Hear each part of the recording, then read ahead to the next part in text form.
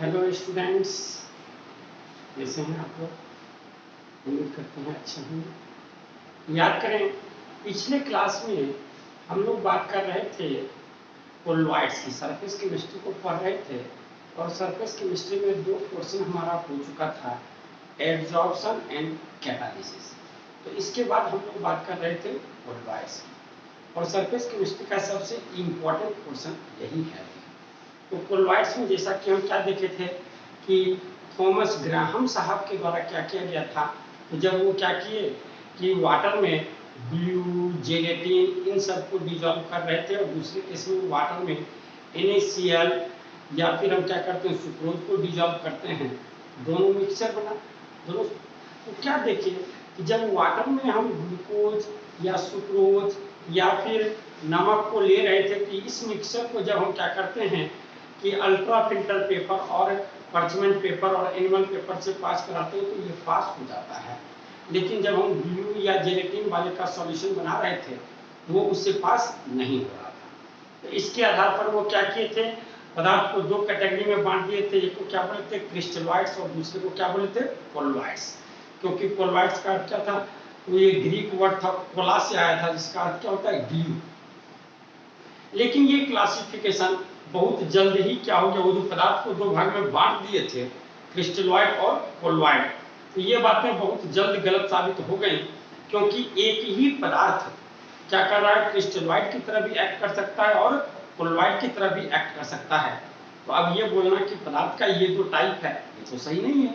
जिससे कि याद कीजिएगा, हम आपको बताए भी थे कि जब हम क्या करते हैं NaCl को वाटर में लेते हैं, तो ये क्या करता है ट्रू सॉल्यूशन क्रिस्टलॉइड्स बनाता है, लेकिन जब हम बेंजीन में डालते हैं तो क्या कोलॉइड बना देता है।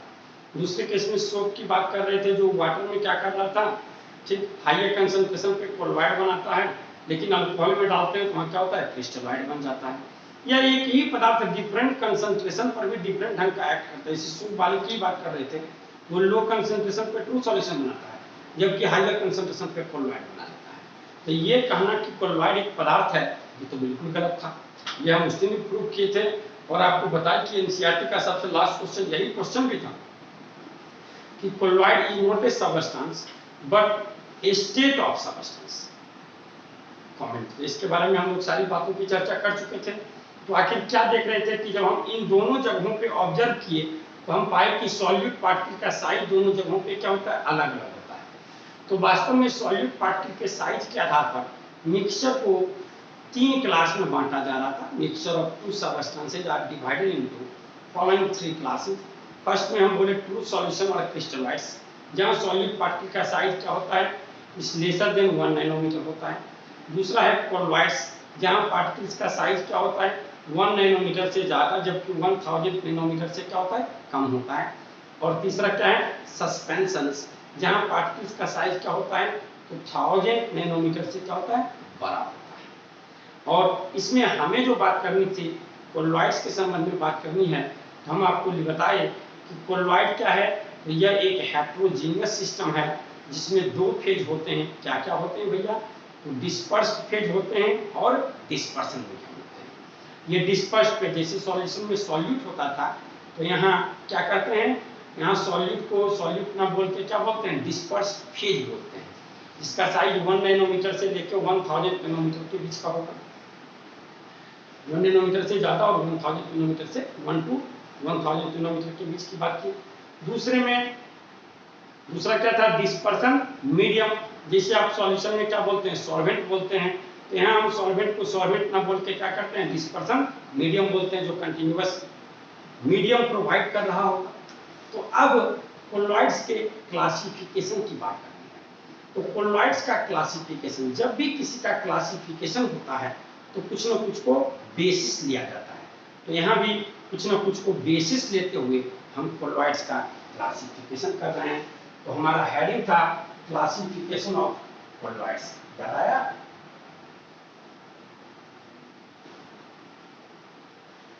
Classification of colloids. तो इसका क्लासिफिकेशन अनेक ढंग को बेसिस लेते हुए किया जा रहा है। तो फर्स्ट में देखते हैं on the basis of physical state. on the basis of physical state of dispersed phase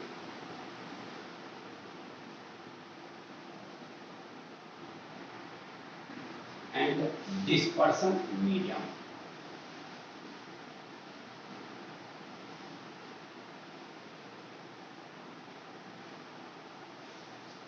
On the basis of physical state of dispersed phase and dispersion medium. तो जरा ध्यान से सुनना, क्या देखे थे आप सॉल्यूशन में भी कि सॉल्यूट और सॉल्वेंट दोनों क्या हो सकता है, सॉलिड, लिक्विड या गैस हो सकता है। तो इस ढंग से याद कीजिएगा, टोटल 9 प्रकार का सॉल्यूशन बताए थे। हाँ, ये सॉल्यूशन का स्टेट मेनली 3 ही ढंग का था, सॉलिड, लिक्विड और गैस, क्योंकि सॉल्यूशन का स्टेट तो वही होगा जो सॉल्वेंट का स्टेट होगा। यहाँ भी उसी ढंग की बातें हैं। ठीक, यहाँ हम क्या बोल रहे हैं, डिस्पर्स्ड फेज और डिस्पर्सन मीडियम, सॉलिड और सॉल्वेंट में बोल रहे हैं। तो डिस्पर्स्ड फेज और डिस्पर्सन मीडियम दोनों क्या हो सकता है, सॉलिड, लिक्विड या गैस हो सकता है। तो फिर आप यहाँ भी सोच रहे होंगे कि टोटल 9 टाइप्स के कोलॉइड्स का फॉर्मेशन होगा, लेकिन वास्तव में 8 ढंग का ही कोलॉइड बनेगा, 9वां टाइप नहीं होगा, क्योंकि गैस और गैस ऑलवेज क्या होता है, कंप्लीटली मिक्सिबल होता है, इसलिए तो होमोजेनियस मिक्सचर हो जाएगा। और हम क्या बताएं, कोलॉइड, ये तो हेटेरोजेनियस मिक्सचर है, तो इसकी बातें नहीं हो पाएगी इसमें। तो टोटल 8 ढंग का कोलॉइड होगा। अब उसी सब के बारे में जानना है कि क्या उसको उसका नाम देंगे और उसका क्या एग्जाम्पल्स होगा। जरा ध्यान दें।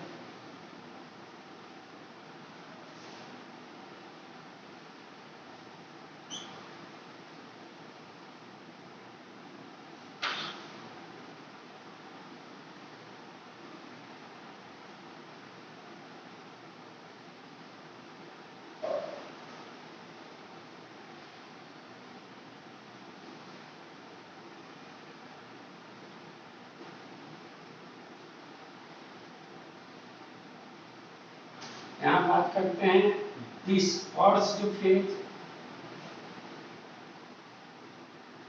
यहाँ बात करते हैं डिस्पर्सन मीडियम, यहाँ देखते हैं नेम ऑफ कोलॉइड, इस कोलॉइड का क्या नाम होगा, नेम ऑफ कोलॉइड्स, और यहाँ देखते हैं उसका कुछ एग्जाम्पल। तो पहले 3 केस में हम डिस्पर्स्ड फेज को सॉलिड रख लेते हैं, दूसरे 3 केस में लिक्विड रख लेते हैं, और लास्ट में 3 केस में गैस रख लेते हैं। तो यहाँ क्या कर देते हैं, सॉलिड, सॉलिड और सॉलिड। यहाँ क्या करते हैं, लिक्विड, लिक्विड और यहाँ करते हैं गैस, गैस और गैस। इसको बदल देते हैं, क्या करते हैं, सॉलिड, लिक्विड, गैस, अलग अलग हो गया। यहाँ भी देखते हैं सॉलिड, लिक्विड, गैस, अलग अलग हो गया।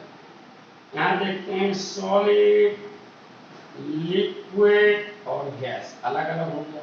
तो क्या बताया आपको कि गैस और गैस को होमोजेनियस मिक्सचर हो जाएगा। इस ये तो कोलॉइड हमारा होगा ही, ये तो हमारा कोलॉइड होगा ही नहीं, तो उसे हम लोग नहीं लेंगे, उसे नहीं लेना है और सबकी बात करनी है।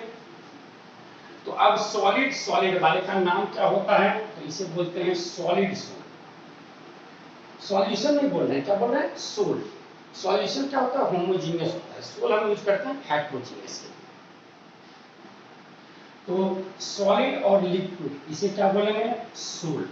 सॉलिड और गैस ये क्या होगा, तो एरोसोल, एरोसोल। इसके बाद आप देखें लिक्विड और सॉलिड, तो ये क्या कहलाएगा, जेल। लिक्विड, लिक्विड यह क्या कहलाएगा, इमल्सन, ये क्या कहलाएगा, इमल्सन। लिक्विड गैस यह भी क्या कहलाएगा, एरोसोल, एरोसोल। गैस, सॉलिड, फिर क्या हो जाएगा, सॉलिड सोल, सॉलिड सोल। कुछ जगहों पे हो सकता है सॉलिड फोम भी लिखा मिले। ठीक, हम बात जो कर रहे हैं वो एनसीईआरटी की बातों को ज्यादा फोकस करना है। यहाँ सॉलिड सोल लिखा है, इसलिए सोल बहुत सारे जगहों पे आप देखेंगे सॉलिड फॉर्म भी लिखा मिलेगा, वह भी सही है। गैस, लिक्विड, इस केस में क्या हो गया फॉर्म, इस केस में क्या हो गया फॉर्म। अब आइए एग्जाम्पल देखते हैं। तो सॉलिड और सॉलिड, दो सॉलिड का मिक्सचर हो और यह क्या हो, हेट्रोजीनियस हो, तो ऐसा कुछ एलॉइड्स में होता है। ऐसे मैक्सिमम एलॉइड होमोजीनियस होते हैं, लेकिन कुछ एलॉइड्स हेट्रोजीनियस होते हैं। सम एलॉइड्स, बेस्ट एग्जांपल देखिए, कलर्ड ग्लासेस, कलर्ड स्टोन्स, ये जो कीमती पत्थर वगैरह नीलम, मानिक, रूबी, ये सब जो लोग पहनते हैं वो तो इसी का कैटेगरी है।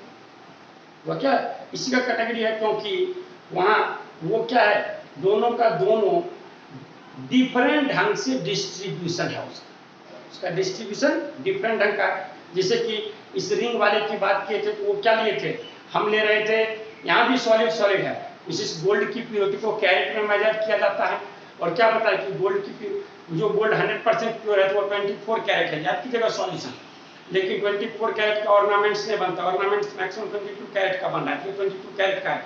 इट मींस क्या है, इसमें 22 पार्ट गोल्ड है और 2 पार्ट क्या है, कॉपर है।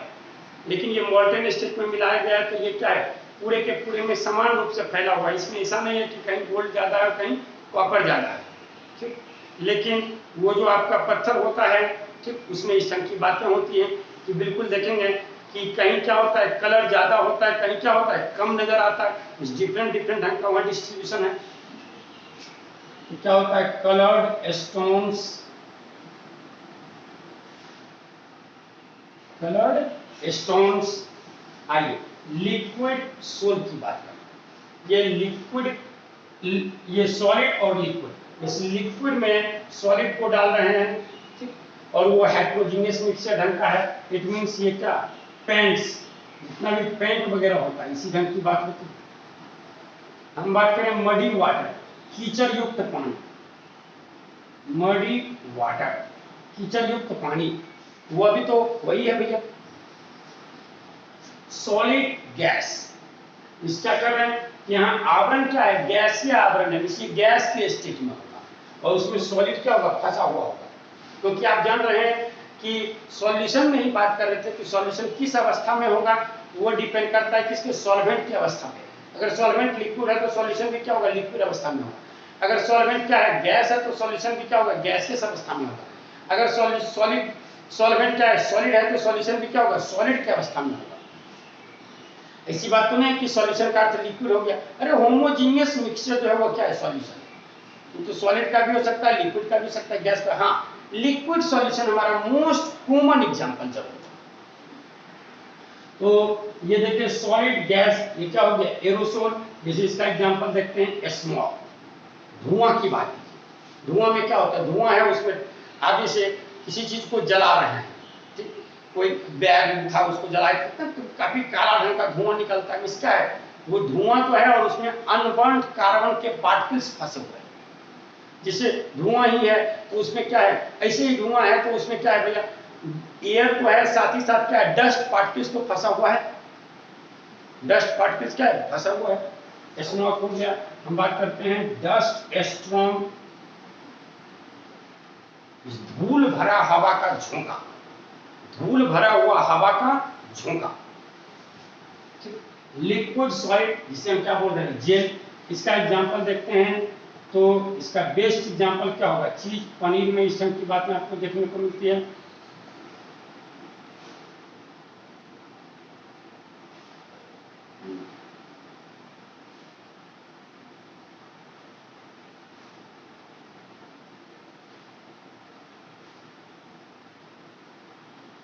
चीज, बटर, ठीक, बटर में भी इस ढंग की बातें हमें देखने को मिलती है। सूप पॉलिश में भी इस ढंग की बातें देखने को मिलती है। कर्ड में, दही में भी तो यही होता है भैया। देखते हो क्या होता है, दही सॉलिड ढंग का होता है, उसको काटो थोड़ा सा काटो, उससे पानी बाहर निकल जाता है। इससे सॉलिड आवरण है, जबकि वहां क्या है, लिक्विड जो है उसमें फंसा हुआ है। लिक्विड लिक्विड इमल्सन, इसका बेस्ट एग्जांपल क्या होगा, मिल्क। दूसरे में बात करें, कॉड लिवर ऑयल, मछली के जिगर का तेल। quad liver white liquid gas aerosol. इसकी बात करें तो क्या होगा, मिस्ट, फॉग, कोहरा, कुहासा, बादल, ये सब तो इसी के एग्जांपल्स में आए, सब आपकी बुक में भी दिया हुआ है।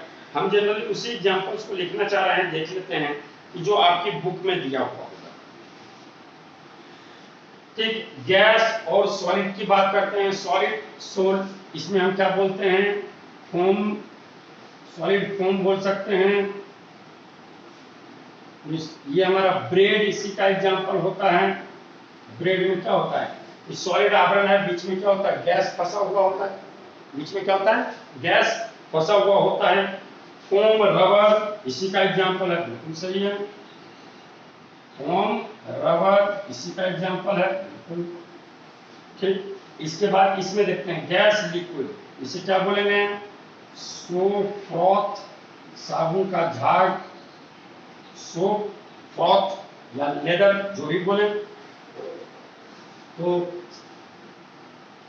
ये सारा का सारा हमारा क्या है कि नाम आपको याद होना चाहिए। जरा एक मिनट समझें, इसमें हम क्या बताना चाह रहे हैं कि यहाँ आपको किस ढंग से क्वेश्चंस पूछे जाते हैं, जरा एक मिनट ध्यान से सुनिएगा। अब जैसे देखिएगा वहां आपसे क्वेश्चन क्या कहेगा, वहां आपसे क्वेश्चन कहा जाता है, जैसे इस ढंग से क्वेश्चन दिया, क्या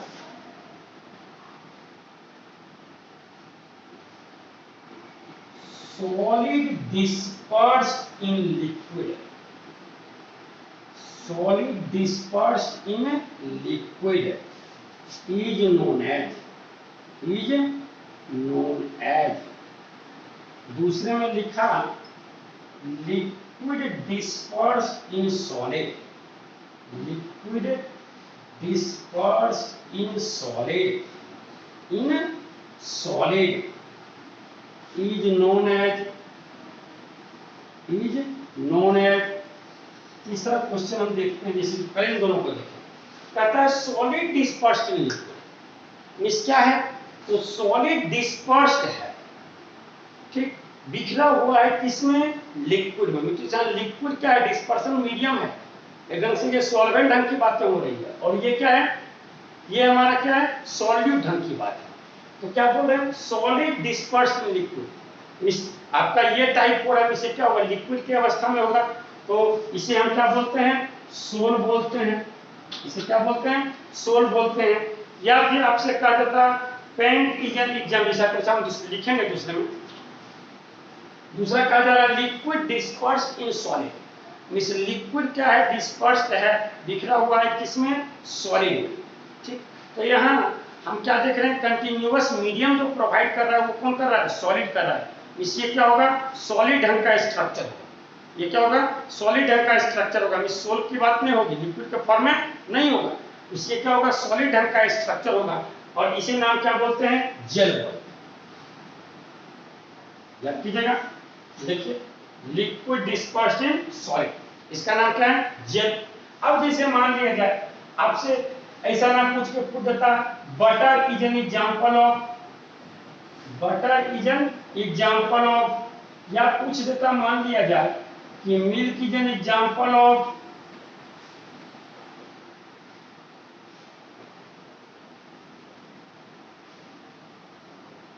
तो आपको ये पता होगा तब ना लिखिएगा भैया जेल, और यहाँ क्या लिखिएगा, इमल्सन, क्या लिखिएगा, इमल्सन।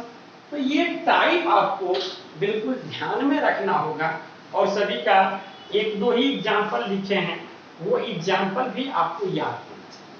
अब जरा एक बात जरा ध्यान से समझें कि अगर डिस्पर्सन मीडियम, अगर डिस्पर्सन मीडियम क्या हो, लिक्विड हो, if dispersion medium is liquid, तो ये जनरली ढंग का इसका अपीयरेंस होगा, वो क्या होगा, लिक्विड के फॉर्म में होगा, सोल ढंग की बात में होगी, ठीक। अगर डिस्पर्सन मीडियम क्या हो, गैस हो, तो वह क्या कहलाएगा, एरोसोल, क्या कहलाएगा, एरोसोल। और अगर डिस्पर्सन मीडियम जो हो वह क्या हो, सॉलिड हो, तो क्या कहलाएगा, सॉलिड सोल, क्या कहलाएगा, सॉलिड सोल। अब इसी में अब जैसे क्या है, सोल मीन्स हेट्रोजीनियस सिस्टम की बात होती है। अब अगर हमारा डिस्पर्सन मीडियम वाटर है, ठीक, तो उस सोल को बोलेंगे हाइड्रोसोल। अगर अल्कोहल है तो उसे क्या बोलेंगे, अल्कोसोल। अगर बेंजीन है तो क्या बोलेंगे, बेंजोसोल। उसे क्या बोलेंगे, बेंजोसोल। तो ये हमारा क्या था, फिजिकल स्टेट के आधार पर क्लासिफिकेशन। चलिए जल्दी से इसका स्क्रीनशॉट लें।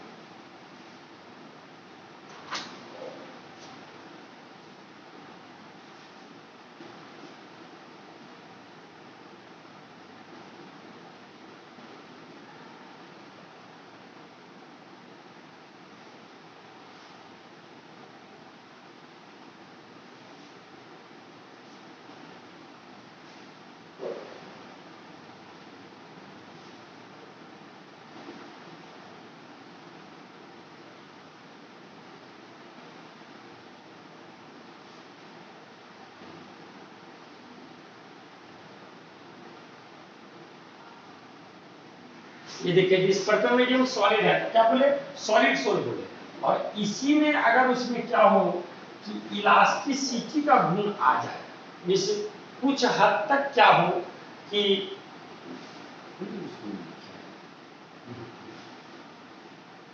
एक फिर उल्टा हो जाएगा, क्या पता कंफ्यूज हो जाए।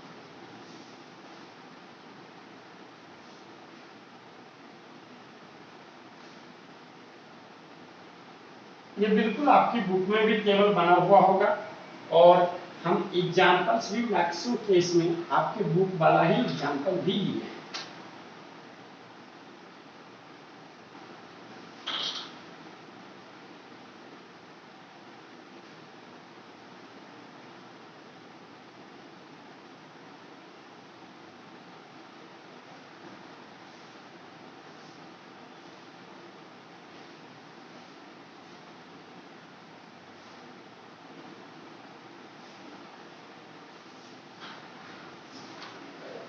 आइए अब बात करें बी, दूसरे ढंग का क्लासिफिकेशन देखते हैं। ये किसके आधार पर, तो on the basis of interaction between dispersed phase and dispersion. जिस यहाँ जो सॉलिड और सॉल्वेंट है तो उसको क्या सॉलिड को डिस्पर्स्ड फेज और सॉल्वेंट को डिस्पर्सन मीडियम कर रहे। तो अब इन दोनों के बीच क्या इंटरैक्शन है, आकर्षण किस ढंग का है, ज्यादा है, बहुत ज्यादा है, कि लगभग नहीं के बराबर है, क्या है, नहीं है, इसके आधार पर कोलॉइड्स को दो क्लास में बांटा गया है, lyophilic colloids and lyophobic colloids. और बार बार लायोफिलिक और लायोफोबिक पूछा भी गया है। ऑन द बेसिस ऑफ, बहुत इंटरेस्टिंग है बातें, हाँ, on the basis of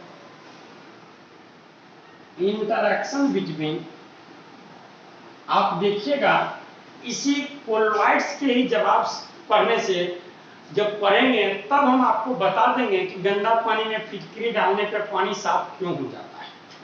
shaving कर रहे होते हैं तो आपका क्या होता है, अगर कहीं कट उठ गया तो आप फिटकरी को लगाते हैं तो ब्लीडिंग तुरंत रुक जाती है, ऐसा क्यों होता है, ठीक, ये आपको पता चल जाएगा। ठीक, सबसे बड़ी बात, ये जब नदियां क्या होती हैं समुद्र में जाके मिलता है तो उस पॉइंट को कहते हैं मुहाना, और मुहाना पे डेल्टा का फॉर्मेशन। डेल्टा क्यों बनता है मुहाना पे, इसका जवाब आपको मिलता है क्वार्टरल स्मॉग प्रेसिपिटेट। जिससे पहले की गाड़ियों वगैरह में देखते होंगे कि चलता था तो पूरे एकदम काला काला धुआं देता होगा। अभी भी कोई ट्रक अगर खटारा ट्रक होगा ना, देखते हो सरकार वो सब के लिए क्या, वो सब इलीगल है कि 15 वर्ष के बाद गाड़ी का रजिस्ट्रेशन समाप्त हो जाता है, तो उसके बाद अगर गाड़ी अच्छे कंडीशन में होती है तो फिर से उसका रजिस्ट्रेशन रिन्यूअल होता है। लेकिन गाँव में तो आदमी चला रहा है 25-25 वर्ष का पुराना गाड़ी, खटारा गाड़ी, पूरा धुआं दे रहा है। पहले की गाड़ियों में देखते होंगे, नई गाड़ी भी होती है तो धुआं ज्यादा रहता होगा, लेकिन आपकी गाड़ी में देखते होंगे काला धुआं नहीं निकलता होगा। आखिर क्या बात है हुई, पहले चिमनी से काफी काला धुआं निकलता था लेकिन अब काला धुआं नहीं निकलता है, आखिर क्या बात है हुई, यही बताएगा वहां क्वार्टरल स्मॉग प्रेसिपिटेट की बात हो रही है। बड़ा जबरदस्त उनका टॉपिक है ये colloids. On the basis of interaction between dispersed phase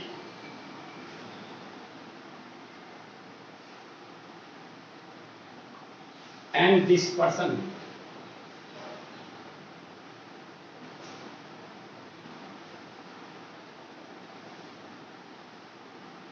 the basis of interaction between dispersed phase and dispersion medium. इसके आधार पर कोलॉइड्स क्या होते हैं, दो प्रकार के होते हैं। Colloids are of two types, ये दो प्रकार के हैं। कौन कौन हैं तो भैया, एक हमारा होता है लायोफिलिक कोलॉइड्स और दूसरा होता है लायोफोबिक कोलॉइड्स।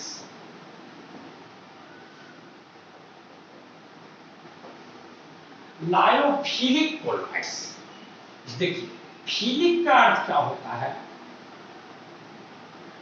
लव और एफिनिटी।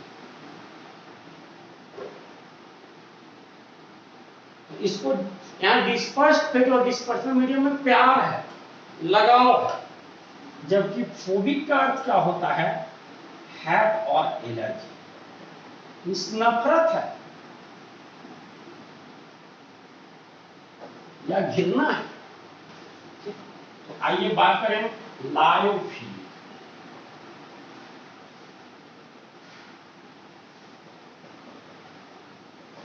तो ऐसा कोलॉइड्स जहां क्या हो, डिस्पर्स्ड फेज और डिस्पर्सन मीडियम के बीच क्या हो, ग्रेट एफिनिटी हो, बहुत ज्यादा क्या हो, लगाव, बहुत ज्यादा क्या हो, लगाव हो, तो उसे ही हम क्या कहेंगे, लायोफिलिक कोलॉइड कहेंगे।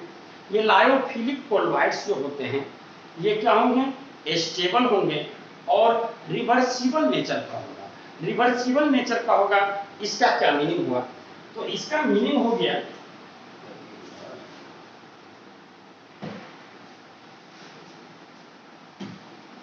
ठीक, तो ये क्या होगा, अरे यार क्या करते, क्या डिस्पर्स्ड फेज और डिस्पर्सन मीडियम के बीच ग्रेट एफिनिटी होगा, ग्रेट एफिनिटी होगा। ये सोल जो होंगे वो स्टेबल होंगे और ये रिवर्सिबल नेचर का है, रिवर्सिबल नेचर का है। इसका अर्थ क्या हुआ, इसका अर्थ हुआ कि ये जो कोलॉइडल सोल है, देखिए इस कोलॉइड्स जो है तो इसमें क्या होगा, दो चीज होगा, डिस्पर्स्ड फेज होगा और क्या होगा, डिस्पर्सन मीडियम होगा। हम क्या करते हैं, इससे डिस्पर्सन मीडियम को हटा दें। डिस्पर्सन मीडियम को हटाए तो हमें क्या मिलेगा, डिस्पर्स्ड फेज का प्रेसिपिटेट मिलेगा। इस प्रेसिपिटेट में जैसे ही हम डिस्पर्सन मीडियम को फिर से डालेंगे ये सोल में कन्वर्ट हो जाएगा, इसके कोलॉइड में कन्वर्ट हो जाएगा। तो ये क्या हो गया, रिवर्सिबल नेचर का हो गया। यही रीजन है इसे डायरेक्ट बना लिया जाता है, इसे बनाने के लिए कोई स्पेशल मेथड को हमें यूज करने की आवश्यकता नहीं होती है, जबकि लायोफोबिक में ऐसी बात नहीं होती है। तो आइए भैया लायोफिलिक में चलते हैं। लायोफिलिक में हम क्या कहेंगे, हम बोलेंगे the colloids in which dispersed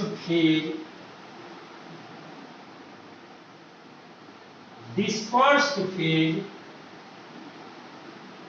has great affinity for dispersion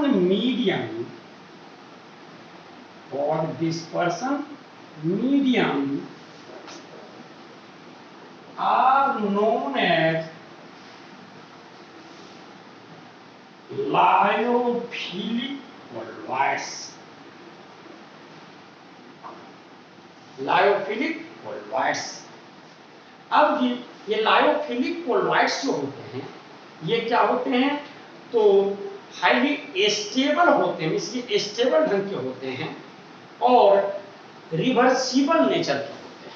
इसे क्या बोलते हैं, हम बोलते हैं lyophilic colloids are highly stable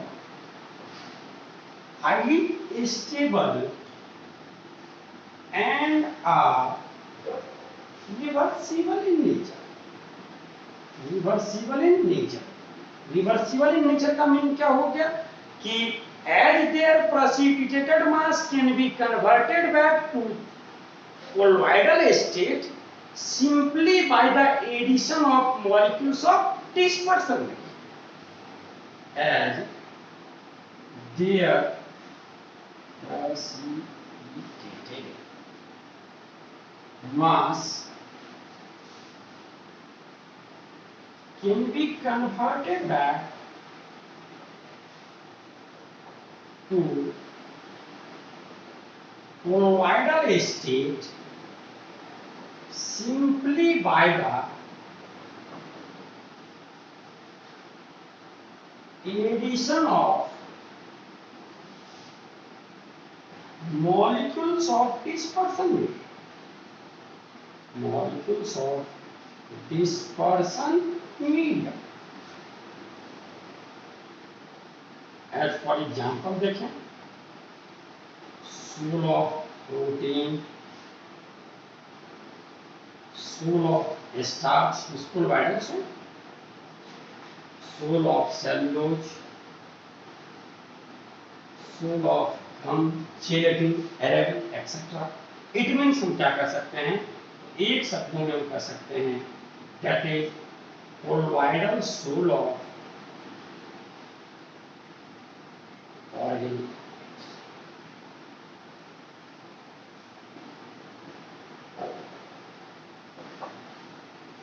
Colloidal sool of organic compounds. ये हुआ लायोफिलिक. अब अगर इसमें वाटर हमारा यूज हो डिस्पर्सन मीडियम के फॉर्म में, तो इसे लायोफिलिक ना बोल के क्या बोलेंगे, हाइड्रोफिलिक बोलेंगे. क्या बोलेंगे, हाइड्रोफिलिक बोलेंगे. जैसे किसी को कुत्ता काट लेता है तो क्या होता है, उसको बोलो निगाह में स्नान करने के जब नहीं जाए, इसलिए उसके टर्म क्या यूज होता है, हाइड्रोफोबिया. उसे पानी से भय लगने लगता है.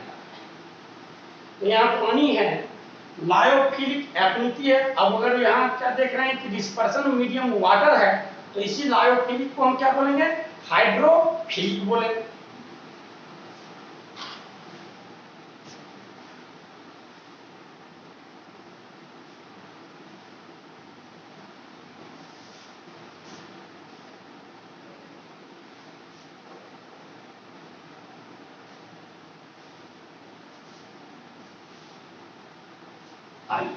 दूसरे नंबर में बात करें लायोफोबिक, जस्ट उल्टा हो जाएगा.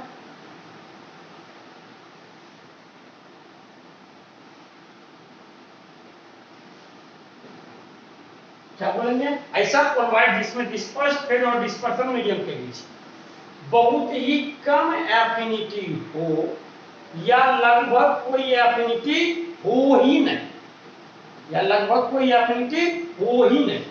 इसे हम क्या कहते हैं, हम बोलते हैं कि the colloids in which dispersed phase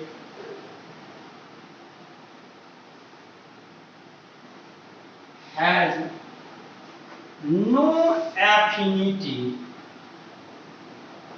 or very little affinity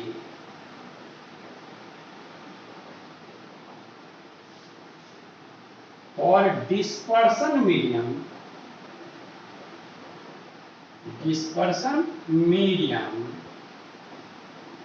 are known as lyophobic colloids. इस प्रकार के colloids क्या होंगे, तो these type of colloids are unstable, so they require some stabilizing agent for their stability. For their stability, क्या कहते हैं कि this type of colloids is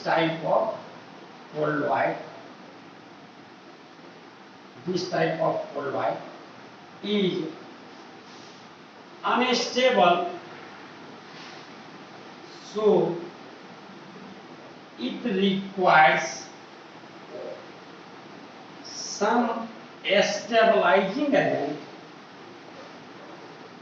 stable करने वाला कोई एजेंट चाहिए, जिसे कहेंगे stabilizing agent, for its stability.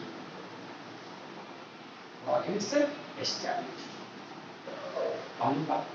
दूसरी बात देखें कि लायोफोबिक कोलॉइड्स जो होते हैं lyophobic colloids are irreversible in nature, in their nature। क्यों भैया?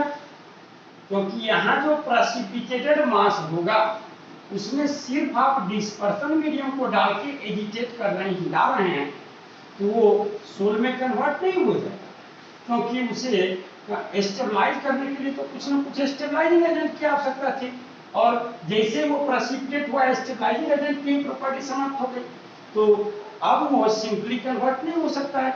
इसलिए तो इसे हमें बनाना होता है अलग स्पेशल मेथड्स के द्वारा।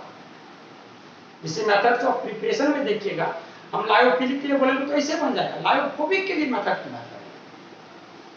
Lyophobic colloids are irreversible in their nature because their precipitated mass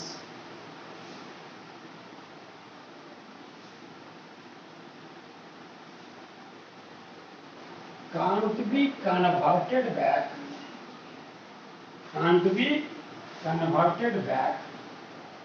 to colloidal state simply by the addition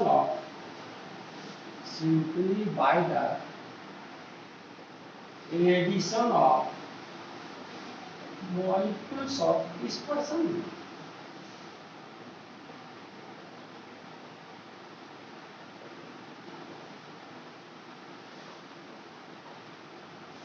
as for example देखिए, gold sol, sulphur sol, ferric hydroxide sol, arsenious sulphide sol, बहुत सारे हम it means आप क्या कर सकते हैं, that is आप कहिए ना colloidal sol of inorganic general.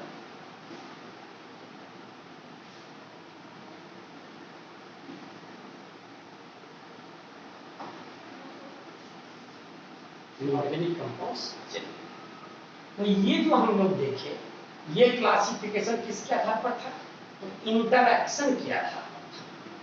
अब एक ढंग का क्लासिफिकेशन और भी होता है, वो होता है on the basis of nature of dispersed phase. इसी जो कोलॉइडल पार्टिकल है, जो डिस्पर्स्ड फेज है, सॉल्यूट पार्टिकल है, इसके नेचर क्या था, इसकी प्रकृति क्या था। कि एक केस में देखिएगा इसकी प्रकृति क्या होगी कि ये बहुत सारे छोटे छोटे एटम्स या मॉलिक्यूल जिनकी साइज 1 नैनोमीटर से छोटा है उनसे जुड़ के बनेगा। दूसरे केस में क्या होगा, ये इटसेल्फ मैक्रो मॉलिक्यूल होंगे, इनके एक मॉलिक्यूल का ही साइज कोलॉइडल डायमेंशन के बराबर ज़्यादा होगा, इसको तो बनाना सबसे आसान मेथड होगा। और तीसरा होगा associated colloid.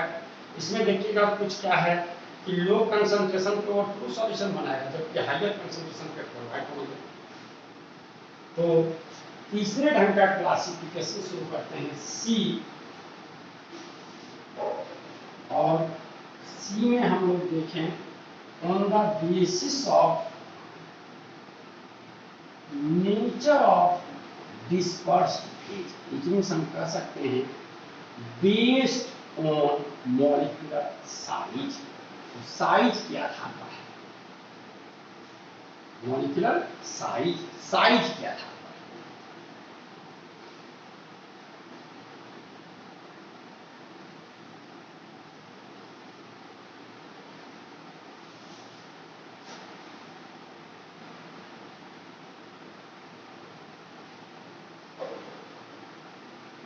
On the basis of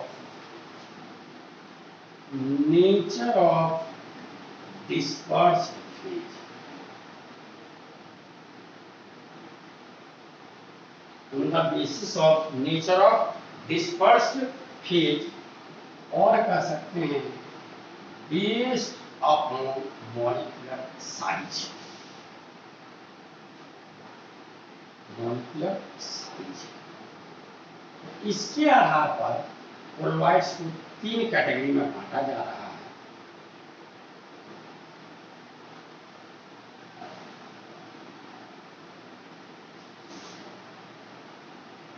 पहला है multi molecular colloids, multi molecular colloids. दूसरा क्या है, मैक्रो मॉलिक्यूलर कोलॉइड्स।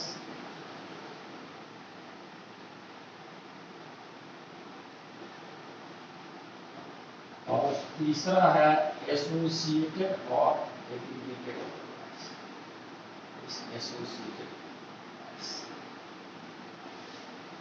तो जैसा कि नाम से यह स्पष्ट है, मल्टी मॉलिक्यूलर कोलॉइड। इस प्रकार के कोलॉइड में क्या होगा, तो कोलॉइडल पार्टिकल का जो फॉर्मेशन हो रहा होगा वो किसके द्वारा, तो by the combination of large number of atoms और मॉलिक्यूल्स ऑफ स्मॉलर साइज। जिसका साइज क्या होगा, तो लेसर देन 1 नैनोमीटर। तो आप कहिएगा 1 नैनोमीटर से सब कम है तो सॉल्यूशन में लगाता है। अब क्या बोले कि अब मान लिया जाए जिसे साइज क्या है 0.8 नैनोमीटर है, 1 नैनोमीटर से तो कम है, लेकिन अब क्या हुआ 10 पार्टिकल्स आपस में एसोसिएट कर गए। तो अब इसका डायमेंशन क्या आ गया, 8 नैनोमीटर आ गया। बताइए ये कोलॉइडल रेंज में आ गया या नहीं आ गया। जैसे गोल्ड सोल, सल्फर सोल, क्या होता है गोल्ड सोल में बहुत सारे गोल्ड एटम्स आपस में जुड़ते हुए उस कोलॉइडल सोल के एक पार्टिकल का फॉर्मेशन कर रहा हो, जिसे सल्फर सोल है। क्या है वहाँ S8 मॉलिक्यूल है, इट मींस क्या है 8 सल्फर एटम आपस में जुड़ते हुए क्या क्या है पार्टिकल्स का फॉर्मेशन क्या है। तो इस प्रकार के कोलॉइड्स के कोलॉइडल पार्टिकल जो बनते हैं वो कैसे बनते हैं, तो by the combination of large number of atoms और molecules of a smaller size, size lesser than 1 nanometre. तो हम बोलेंगे कि the colloids in which colloidal particle is formed, the colloids in which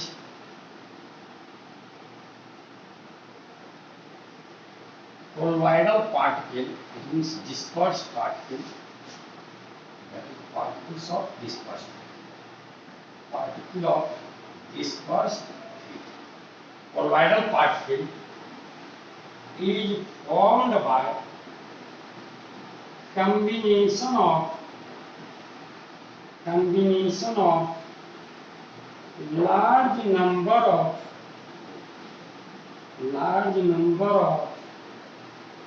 atoms or molecules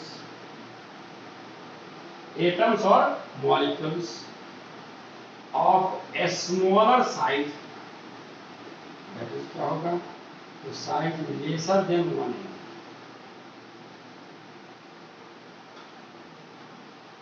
are known as multi-molecular colloids, are known as multi-molecular colloids।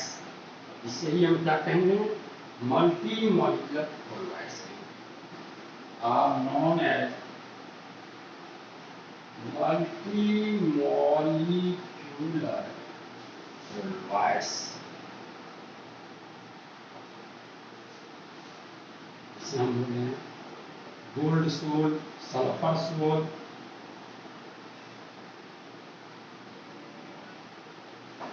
यहाँ क्या होता है, तो gold soul में यहाँ जो कोलॉइडल पार्टिकल जो होता है इसके इसमें क्या होता है, colloidal particle is formed by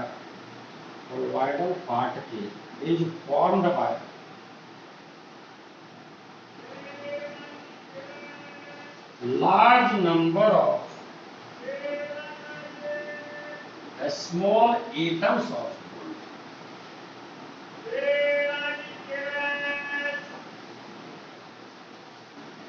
दूसरा हो जाएगा macromolecular colloid.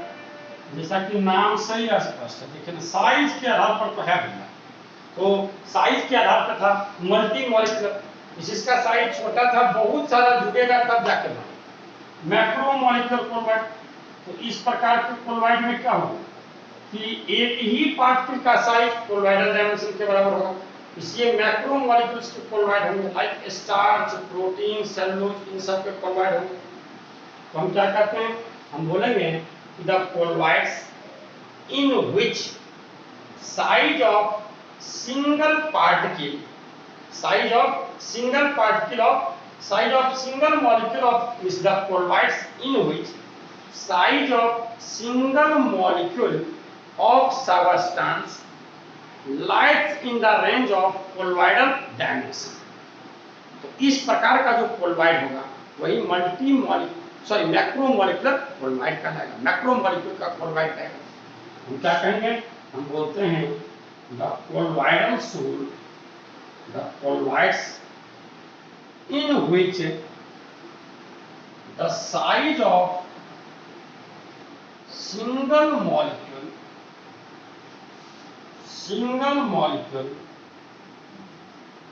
of substance lies in the range of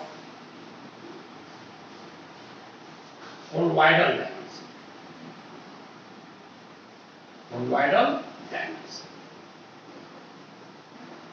इस प्रकार के कोलवाइड्स को हम क्या कहेंगे, ऐसा कोलवाइड जिसमें क्या हो, साइज ऑफ सिंगल मॉलिक्यूल से पदार्थ के सिंगल मॉलिक्यूल का साइज क्या हो रहा हो, तो lies in the range of colloidal dimension, colloidal dimension के रेंज में जा रहा है। तो इस प्रकार के कोलवाइड्स को हम क्या कहेंगे, are called macro molecular colloid, macro molecular colloid. इसे कह सकते थे कि in this type of colloid size of single molecule of substance lies in the range of colloidal dimension, lies in the range of colloidal dimension। जिसे हम बात करें starch sol, protein sol, cellulose sol etcetera. तो ये सब तो फालतू ढंग की ये बातें हैं। अब इसका एक ही टाइप, ये दोनों को फालतू ढंग का टाइप था, इसका एक ही टाइप इंपॉर्टेंट है और सबसे इंपॉर्टेंट इसका टाइप है तीसरा एसोसिएटेड और एलिमिनेटेड कोलवाइड। इसी में हम लोग बात करेंगे मिशेल फॉर्मेशन की। और जरा एक मिनट ध्यान से सुनिएगा, आप देखिए इसका कितना जबरदस्त यूज होगा। जरा इस बात को समझ लीजिए कि एनसीईआरटी के कवर पृष्ठ पे इतना फिगर है ना भैया बुक में, लेकिन कवर पृष्ठ पे उसे ही जगह मिला है। तो आप समझ सकते हैं कि कितनी इंपॉर्टेंट बात है। ये जो फिगर बना हुआ है ये मिशेल का है, और ये जो फिगर बना हुआ है ये भी सरफेस केमिस्ट्री का है, ये भी सरफेस केमिस्ट्री, ये मिशेल का है और ये ब्रोनियन मूवमेंट है। दोनों कोलवाइड्स की प्रॉपर्टी है। अभी ये बात की बात करेंगे, लेकिन यहाँ तो हम बात इसकी करेंगे भी, थोड़ी सी बातों को बता देंगे क्योंकि यहाँ सिर्फ सोप है। हमें सोप और डिटर्जेंट दोनों को पढ़ना है। डिटर्जेंट का 3 टाइप होता है, कैटायनिक, एनायनिक और नॉन आयनिक। बार बार पूछा भी जाता है।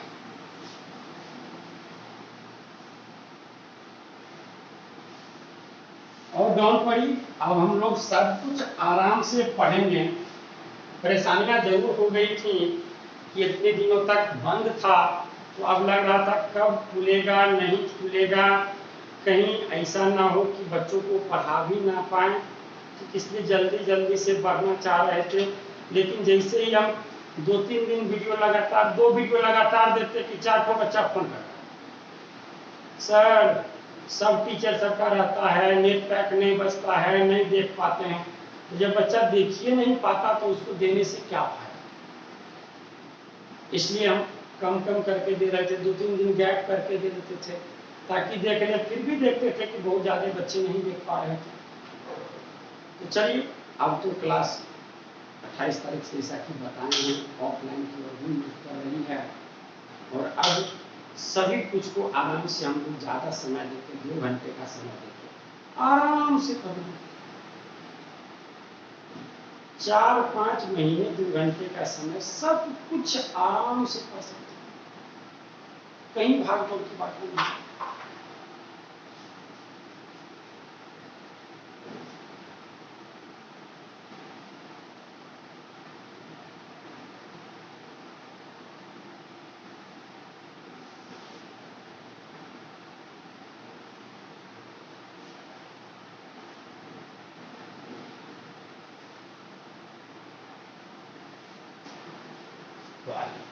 अब इसमें हमारा तीसरा था एसोसिएटेड।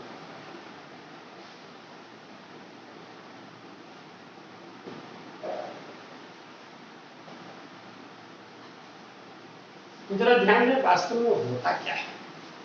तो वास्तव में क्या होता है कि कुछ पदार्थ ऐसे होते हैं जो लो कंसंट्रेशन पे किसी पर्टिकुलर सॉल्वेंट, एक ही सॉल्वेंट किसी लो कंसंट्रेशन, इस लो कंसंट्रेशन पे ये ट्रू सॉल्यूशन बनाता है, इसे स्ट्रॉन्ग इलेक्ट्रोलाइट की तरह बिहेव करता है। लेकिन जैसे ही हम हायर कंसंट्रेशन की बात करते हैं, ये कोलॉइड का फॉर्मेशन है।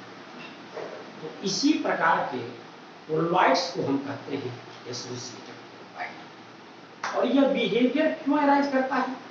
क्योंकि हायर कंसंट्रेशन पे इसके बहुत सारे पार्टिकल्स आपस में एसोसिएट और एग्रीगेट कर जाते हैं, जुड़ जाते हैं, और जुड़ते हुए जो बड़े पार्टिकल का फॉर्मेशन किया, उस पार्टिकल को ही हम क्या कहते हैं?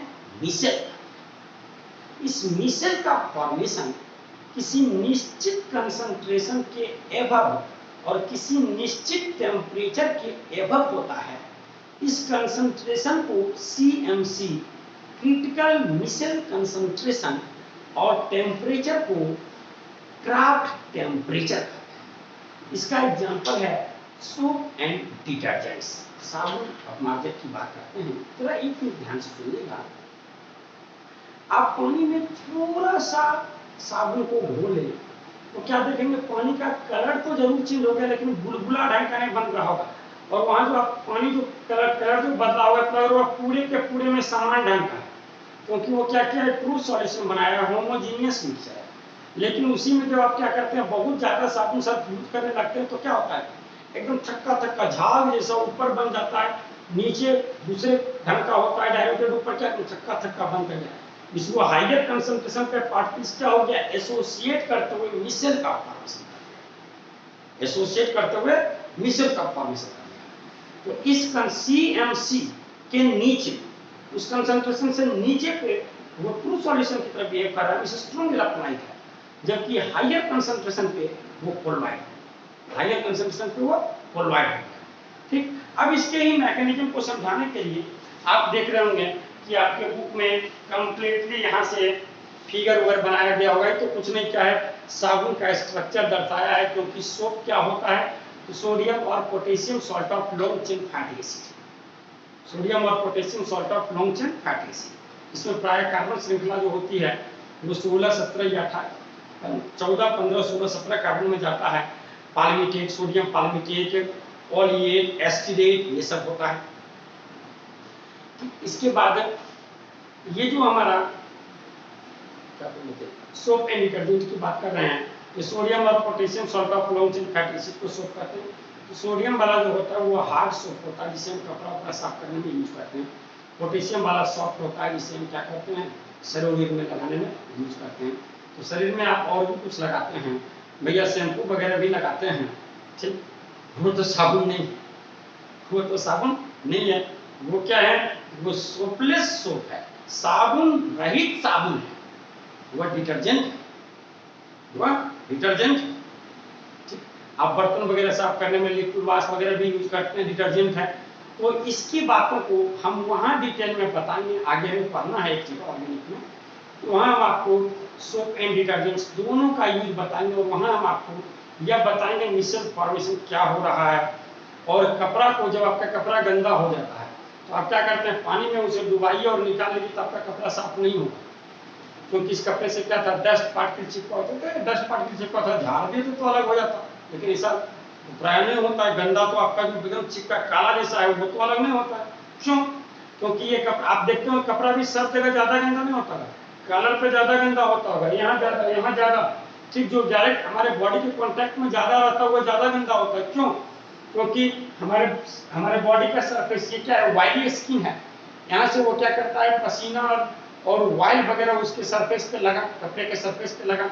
अब वो वाइली हो गया, उससे डस्ट पार्टिकल आया, डस्ट वहां से चिपक गया। तो डस्ट जो चिपका वो किसकी सहायता से? वाइल की सहायता से चिपका है। अब आप उसे पानी में डालिएगा तो भैया क्या वाइल पानी में घुलता है? नहीं घुलेगा, इसलिए वहां से डस्ट नहीं हट पाए। लेकिन जब साबुन सर्फ को यूज करते हैं तो बिल्कुल हट जाएगा। क्यों, ऐसी क्या बातें होती है, ये सब बताएंगे, लेकिन यहाँ बताना झूठ का बेकार है। जब आगे बताना ही है साबुन और सोप और डिटर्जेंट्स दोनों का, तो यहाँ हमें जोड़ना नहीं है, सिर्फ हम इसका मीनिंग दिखा दें क्या हो रहा है। इस कोलॉइड्स को बता दें, एसोसिएटेड कोलॉइड्स हम क्या बोलते हैं। तो कुछ सबस्टेंसेस क्या करते हैं, तो सम substances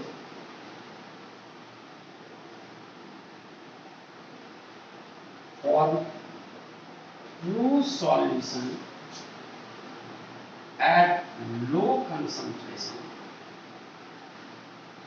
At low concentration, it means क्या करता है, वह एक्ट करता है स्ट्रॉन्ग इलेक्ट्रोलाइट की तरह। Some substances form true solution at low concentration, but colloid sold at higher concentration. At a higher concentration, the colloids of this type of substance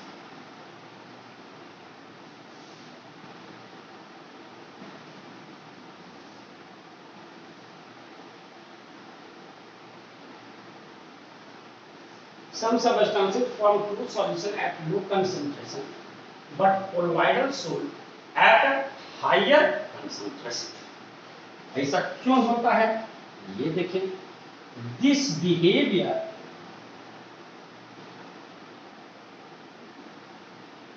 arises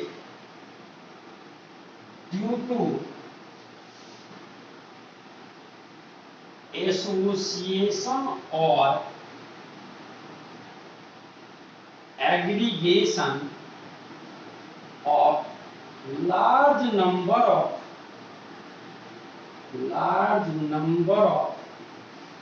some substances from true solution in a solvent.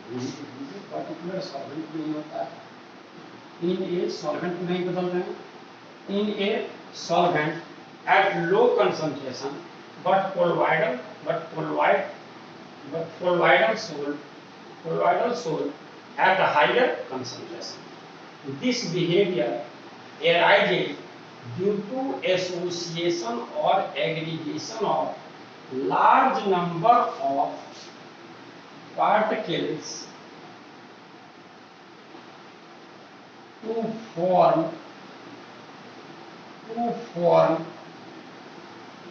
large sized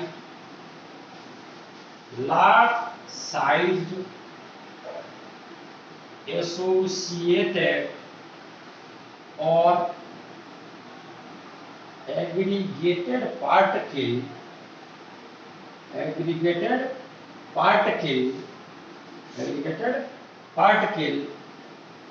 known as mixture.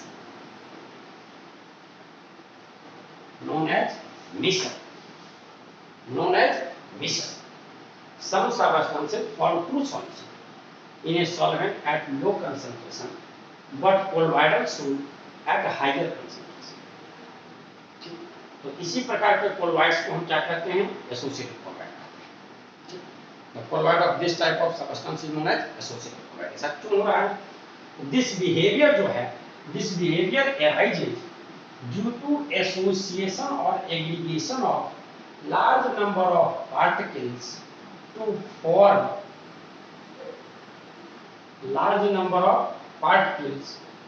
form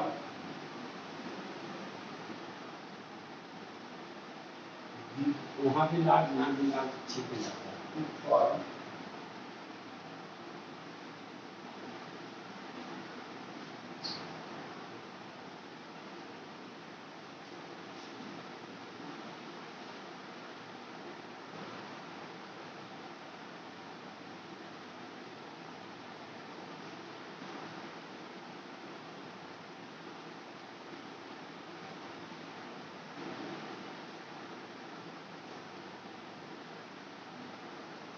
behavior like due to association or aggregation of large number of particles into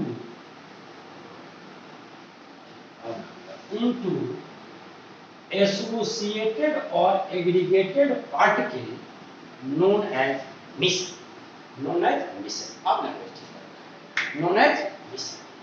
ठीक, तो अब ये मिसल का जो formation है, मिसल formation occur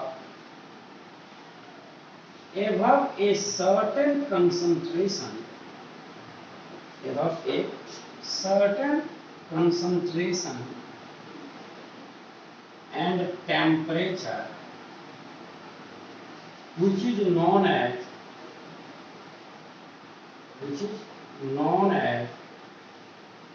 CMC, means critical missile concentration,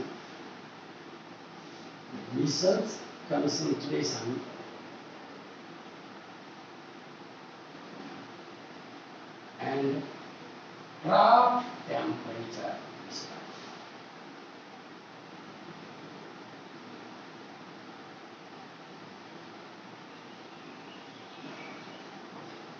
ऐसा कौन सा करता है? Soaps and detergents. ये क्या है? Surface active substance. Surface active कौन करता है? Soaps and detergents. तो यही हमारा हो गया एसोसिएटेड और एग्रीगेटेड कोलॉइड्स।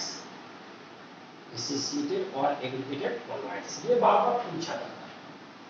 तो आपको जब एसोसिएटेड और एग्रीगेटेड कोलॉइड पूछा जाएगा तो क्या बोलना है? तो कुछ सब्सटेंस क्या करते हैं? तो form true solution in a solvent at low concentration but colloidal soap at a higher concentration.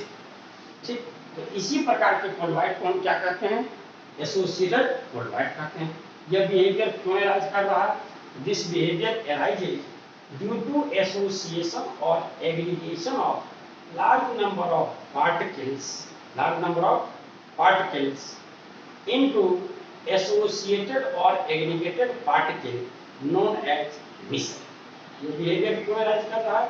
क्योंकि लार्ज नंबर ऑफ पार्टिकल्स क्या होते हैं? एसोसिएट करते हुए किसका फॉर्मेशन कर देते हैं? जुड़ते हुए एसोसिएटेड और एग्रीगेटेड पार्टिकल्स बनाता है, जिसे हम क्या कहते हैं? मिसल कहते हैं। इसलिए इस प्रकार के कोलॉइड को एसोसिएटेड कोलॉइड कहते हैं।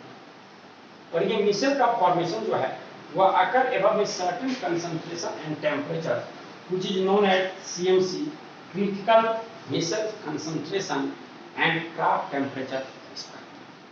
क्योंकि इस टेम्परेचर के बिलो, इस कंसंट्रेशन के बिलो वह क्या होगा? ये अलग अलग पदार्थ के लिए अलग अलग होगा। ठीक, तो आप क्या देख रहे हैं कि अब जैसे अलग अलग साबुन के लिए भी अलग हो, तो उसके कार्बन श्रृंखला पर डिपेंड करेगा, इन सारी बातों पर भी डिपेंड करता है। तो कुछ करना है, तो हम क्या देख रहे हैं कि CMC, क्रिटिकल मिसल कंसंट्रेशन के नीचे वह क्या होगा? तो ट्रू सॉल्यूशन की तरह बिहेव करेगा, और क्रिटिकल मिसल कंसंट्रेशन के एबव क्या होगा?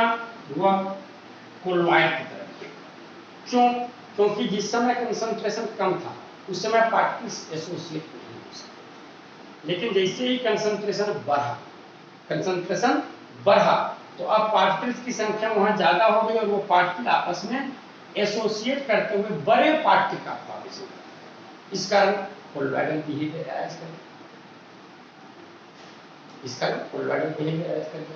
तो कंसंट्रेशन की बात हो गई। अब टेम्परेचर की बात करें कि ये क्रॉप टेम्परेचर, अगर टेम्परेचर बहुत ही कम हो तो उसकी सॉल्युबिलिटी ज्यादा नहीं हो, इसलिए इतना पार्टिकल्स नहीं मिल पाएगा कि वो क्या करें? मिसल का फॉर्मेशन करें।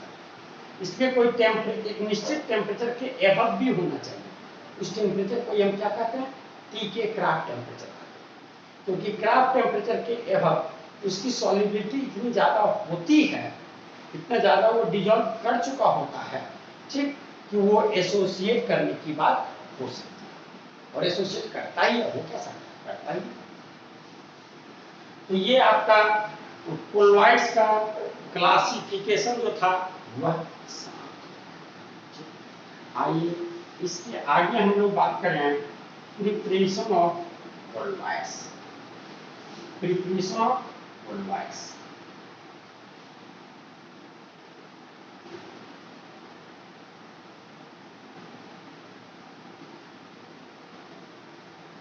तो प्रिपरेशन ऑफ कोलवाइड्स में तो लायोफिलिक को तो आप ऐसे बना लेते हैं, कोई दिक्कत नहीं है। लायोफोबिक को बनाने में परेशानी है, तो इसे बनाने में मेनली हम लोग दो मेथड को यूज करते हैं। एक करते हैं कंडेंसेशन मेथड और दूसरा करते हैं डिस्पर्सन मेथड। दूसरा क्या करते हैं? Dispersion method. Condensation method it means क्या हो गया, तो यहाँ स्मॉलर साइज पार्टिकल्स को जोड़ते हुए लार्ज साइज पार्टिकल्स का फॉर्मेशन करेंगे। इस स्मॉलर जिसका साइज क्या है कोलॉइडल डायमेंशन से छोटा है, लेकिन बहुत सारे पार्टिकल्स को जोड़े तो अब साइज कोलॉइडल डायमेंशन के बराबर आ गया है, ठीक। और दूसरा डिस्पर्सन मिशन, लार्ज साइज को हम क्या करेंगे स्मॉलर साइज में ब्रेक करेंगे। दो मेथड के द्वारा होगा, एक होगा बाय कंडेंसेशन मेथड और दूसरा होगा bye dispersion method.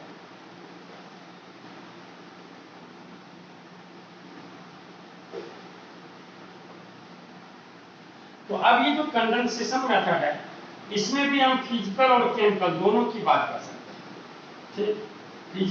Physical method के द्वारा भी कर सकते हैं, केमिकल मेथड के द्वारा भी कर सकते हैं। बाय यूजिंग फिजिकल मेथड और यहाँ हो जाएगा बाय यूजिंग केमिकल मेथड। देख लीजिएगा, मुझे लगता है ज्यादा मुझे लिख दिया।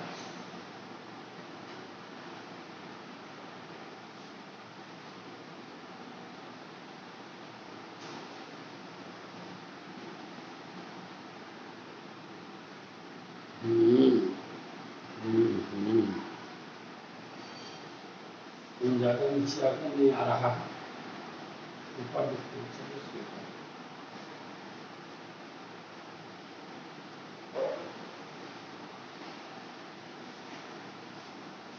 तो प्रिपरेशन ऑफ कोलॉइड्स, इसमें हम क्या लिख रहे हैं कि कोलॉइड्स का प्रिपरेशन हम जो करते हैं वो यूज करते हैं बाय टू मेथड्स, दो विधियों के द्वारा।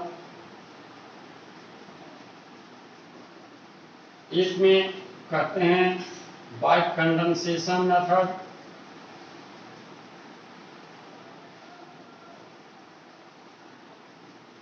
और दूसरे में बोलते हैं bye dispersion.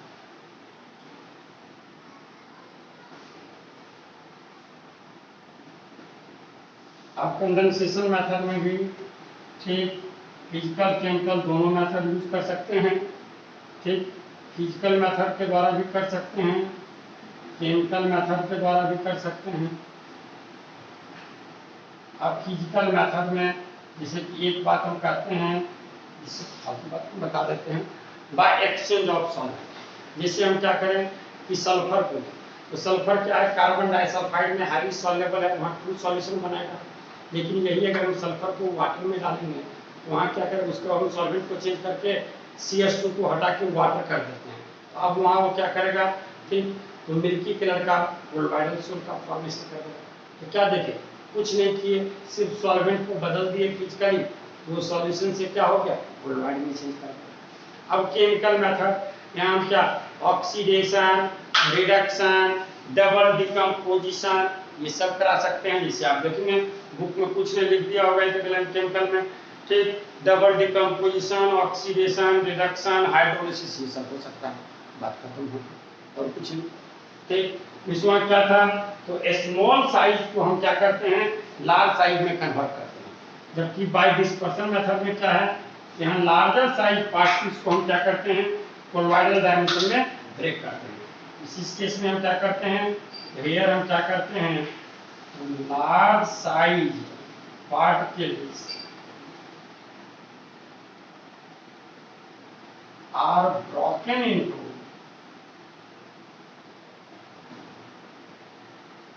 a small sized particles।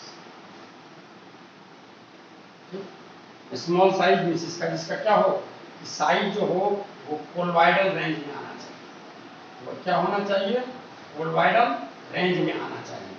तो यहाँ हम लोग क्या करते हैं कि कोलोइडल मील में डाल के उसको पीस देते हैं, कोलोइडल मील में डाल के उसको पीस देते हैं, स्मॉलर साइज का कन्वर्ट कर देते हैं। दूसरा क्या करते हैं, ब्रिज आर्क मेथड को यूज करते हैं, जैसे टंगस्टन, गोल्ड, सिल्वर, इन सब का जब हमको क्या करना है, कोलोइडल सोल बनाना है, तो हम क्या करते हैं, इस मेटल के 2 इलेक्ट्रोड को यूज करते हैं और हाई वोल्ट इलेक्ट्रिसिटी को पास करते हुए उसमें ठीक इलेक्ट्रिक आर्क को यूज करते हैं। तो वो क्या होता है, मेटल एटम वेपर में बना और उस कंटेनर को हम क्या करते हैं, आइस बाथ में डुबा के रखते हैं। तो जो वेपर बना वो वेपर तो क्या हो जाएगा, कंडेंस होकर वाटर में फिर से आ गया, तो वहाँ कोलोइडल सोल का फॉर्मेशन हो गया।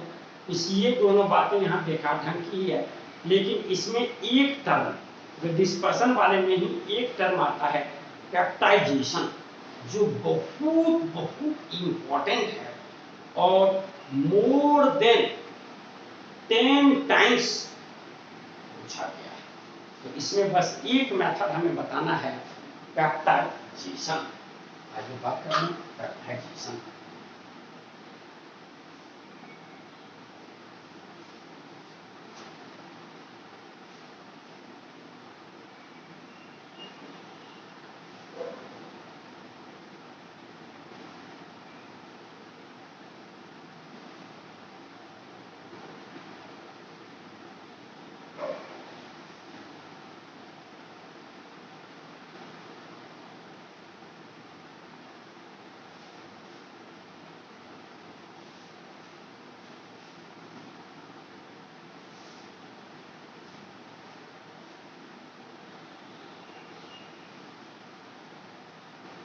एक नया टर्म बता रहे हैं, पेप्टाइजेशन। पेप्टाइजेशन, यहाँ तक की बातों तक आए। इसके बाद आपका टर्म क्या है, पेप्टाइजेशन। तो आप क्या कर रहे हैं, कोई फ्रेशली प्रिपेयर्ड प्रेसिपिटेट है, कोई फ्रेशली प्रिपेयर्ड प्रेसिपिटेट है, उस प्रेसिपिटेट को हम क्या करते हैं कि जैसे कि फेरिक हाइड्रोक्साइड, फेरिक क्लोराइड का एक सॉल्यूशन था और इसमें हम क्या किए, अमोनियम हाइड्रोक्साइड को जैसे ही डाले, इस अमोनिया के सॉल्यूशन को डाले तो हमें क्या होगा, ब्राउन कलर का फेरिक हाइड्रोक्साइड का प्रेसिपिटेट, हमें ब्राउन कलर की फेरिक हाइड्रोक्साइड का प्रेसिपिटेट।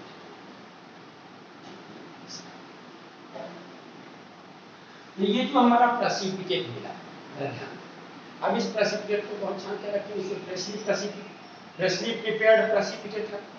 अब क्या करते हैं, तो इसके साथ वाटर को लेते हैं, वाटर को लिए और इसमें हम क्या करते हैं, फेरिक हाइड्रोक्साइड के उस फ्रेशली प्रिपेयर्ड प्रेसिपिटेट को डालते हैं। हम देखते हैं कि बिल्कुल प्रेसिपिटेट है नीचे की ओर जमा हुआ ही रहेगा, कहीं कोई मिक्सचर ढंग का मिश्रण ये भूलने उलने कोई बात नहीं हो रही है, बिल्कुल नीचे क्या है, जमा हुआ, इसका पार्टिकल क्या है, बड़ा पार्टिकल है। ठीक, अब हम अगर क्या करें, इसमें FeCl3 को डालें, FeCl3 को डालें तो हम क्या पाएंगे कि अब ये प्रेसिपिटेट जो कि यहाँ जमा था ना, अब वो वहाँ जमा उतना ढंग का नहीं रहेगा और ये क्या, ठीक दूधिया कलर का थोड़ा सा आपका हो जाएगा, इस दूसरे ढंग का कलर हो जाएगा उस पानी। जब नहीं घुला हुआ था तो वो बिल्कुल क्या था, एकदम उसी ढंग से पानी रखा हुआ था, लेकिन अब उसका कलर क्या हुआ, कुछ ढंग से चेंज हो जाएगा, इसका हो गया कोलोइड का फॉर्मेशन। क्यों भैया, क्योंकि ये जो FeCl3 को डाले, ये Fe+3 और Cl- दिया, तो इसमें Fe+3 क्या किया, इसके सरफेस पे, इस FeOH3 के सरफेस पे Fe+3 क्या होता गया, एडजॉर्ब होता गया। तो अब इसमें तो बहुत सारे FeOH3 के मॉलिक्यूल्स होंगे, बहुत सारे पार्टिकल्स, Fe3 बहुत सारे पे जाएगा, अब सब पे तो यही पॉजिटिव चार्ज ही जा रहा है, तो अब क्या होगा, सब पे सिमिलर चार्ज हो गया, तो इस सिमिलर चार्ज के कारण वो एक दूसरे को क्या करना शुरू करेगा, रिपेल करना शुरू करेगा, और रिपेल करना शुरू करेगा बस वो क्या होगा, स्मॉल पीस में ब्रेक कर जाएगा। तो आप बोलेगा फ्रेशली प्रेसिपिटेट क्यों बोलते हैं सर, प्रेसिपिटेट क्यों नहीं, फ्रेशली प्रेसिपिटेट जो है उसमें पार्टिकल्स जो होंगे सिंपली कमजोर बॉन्ड से जुड़ा होगा, वो क्या होगा, कमजोर बॉन्ड से जुड़ा होगा, उसके सरफेस पे किसी दूसरे का एडजॉर्प्शन नहीं होगा, इसलिए हम प्रेसिपिटेट को यूज करते हैं। तो पेप्टाइजेशन में लिखिए, the process of process of conversion of a freshly prepared precipitate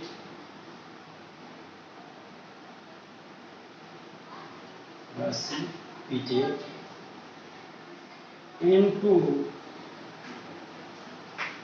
colloidal state by shaking with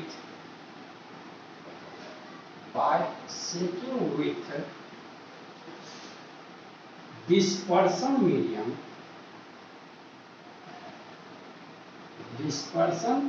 medium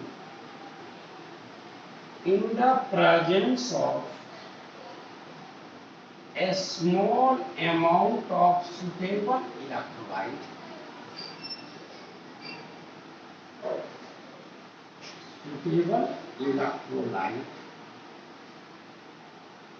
is known as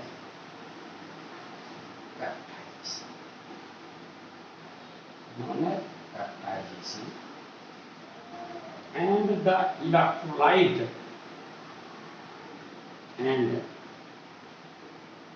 electrolyte used for this purpose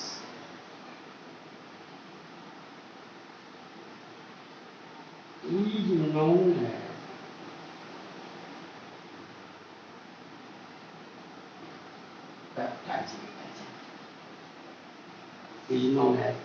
baptizing agent। जिससे आइए हम देखते हैं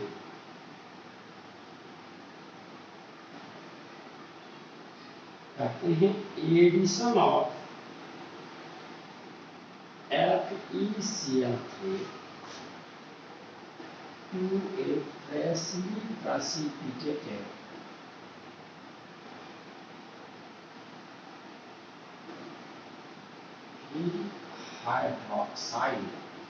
ferric hydroxide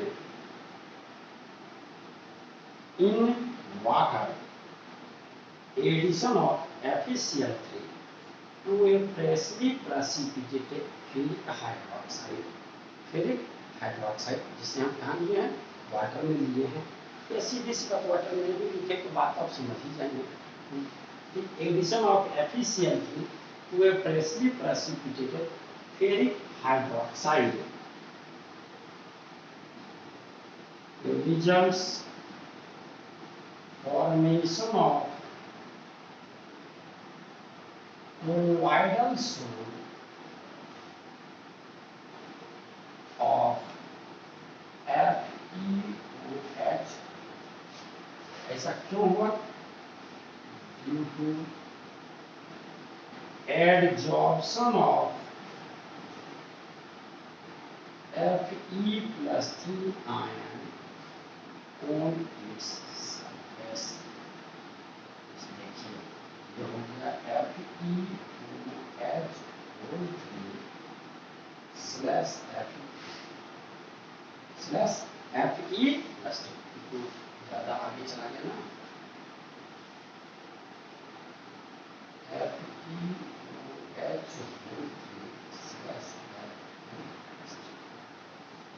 सिमिलरली दूसरा example अगर हम क्या करें कि अगर हम क्या करते हैं कि AgI ध्यान हमारा सिल्वर आयोडाइड का एक प्रेसिपिटेट है जिसे हम क्या करते हैं वाटर में ले रहे हैं।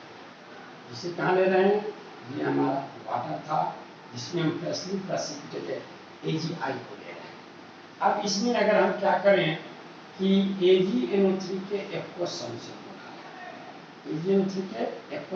को डालें तो आप क्या देखेंगे, हमें क्या मिलेगा?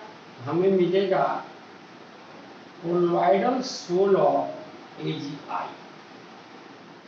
क्यों भाई? यहाँ क्या बनेगा? तो due to formation of AgI।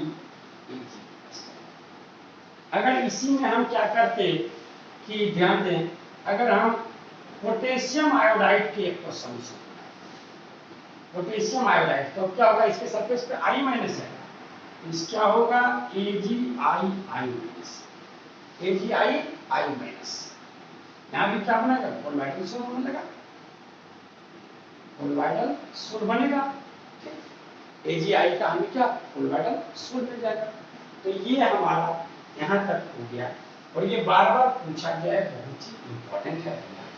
इसके आगे आप हेडिंग कर दें purification of colloids, purification of colloids,